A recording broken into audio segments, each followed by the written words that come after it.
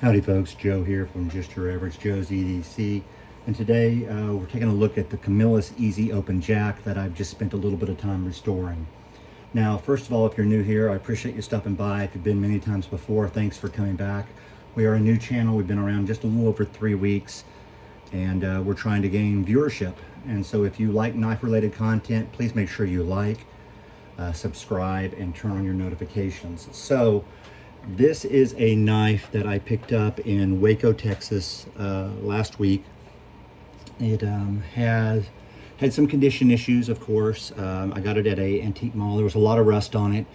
If you want to see what it looked like before, go check out the video that says Waco Knife Haul, and it's listed in there. There's a lot of rust on the bolsters. There was rust on the blades. There was rust impeding inside the channel, and there was rust on the spine.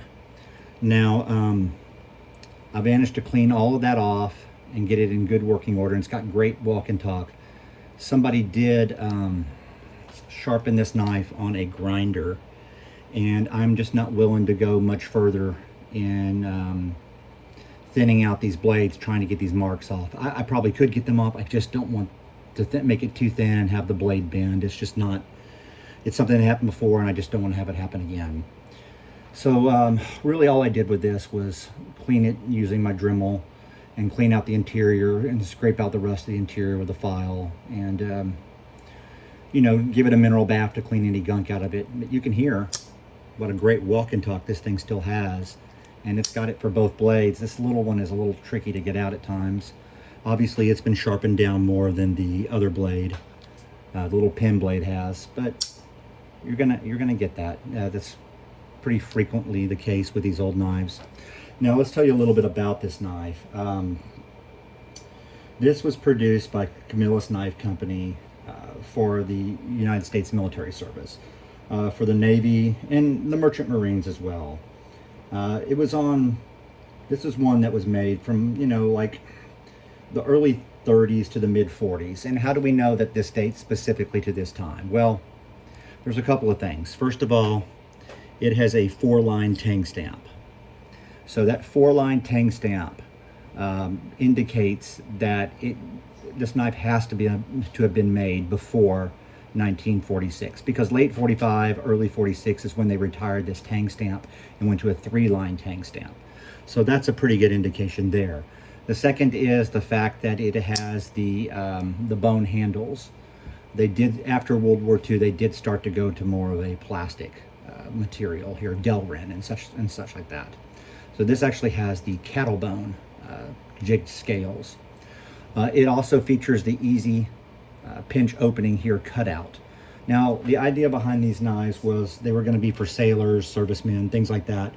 They might be wearing gloves, and they wanted the sailor to be able to open this knife easily, even wearing gloves.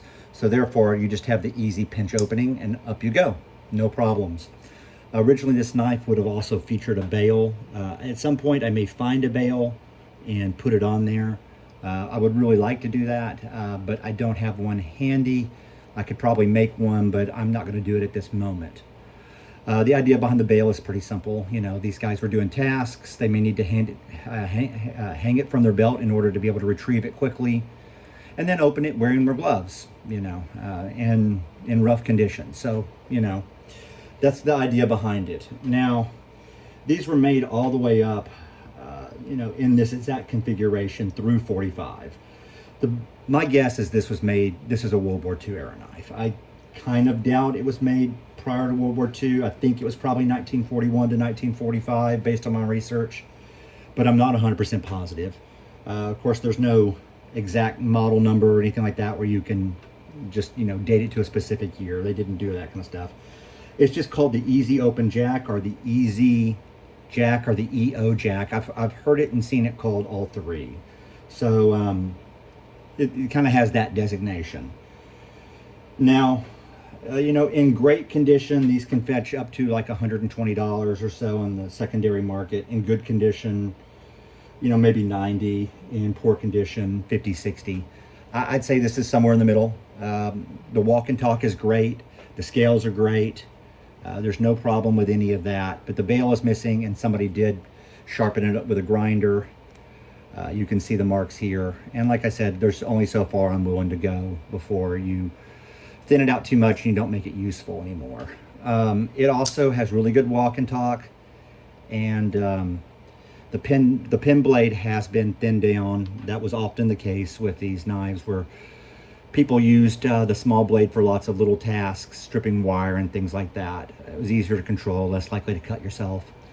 The pin blade does go all the way into the channel. A tiny bit sticks up above the channel. I didn't really want to reduce the kick much on this because it's not a safety issue. It's not going to catch anything. It's not going to cut anything.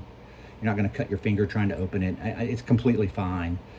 And the pin blade's already been reduced enough. So I'd say this is probably, you know, the $90 range on the secondary market. I feel fortunate to have gotten it as inexpensively as I did. I feel fortunate that it cleaned up as well as it did. It looks good. It's going to serve well. I'm going to just leave it out here in the workshop for a day or two, let all of the heat in Texas here do its work on cleaning up some of that mineral oil from the mineral oil bath. Because, you know, if you leave it in a mineral oil soak overnight, anybody who's done that knows that it can stay inside the knife for quite a while. And so the heat will help to evaporate that out. Then in a day or two, I'll take it and put it in the house along with my rest of my knives in my knife case. But I'm happy with how it turned out. I think it's a good looking knife. I think it's sharp, and I'm pleased to have it. It's a nice addition to my collection. It's a good utility knife. It will continue to serve its purpose. I like how also that this part here is darker, and that's obviously from wear of somebody's hand. Probably a right-handed person holding it like this, opening it time and time again, carrying it, using it. I think that's cool. It tells a story. It's probably carried by a sailor in World War II. And I think it's a cool knife. I'm thrilled to have it. I hope you guys have a great day. I appreciate you stopping in, and God bless.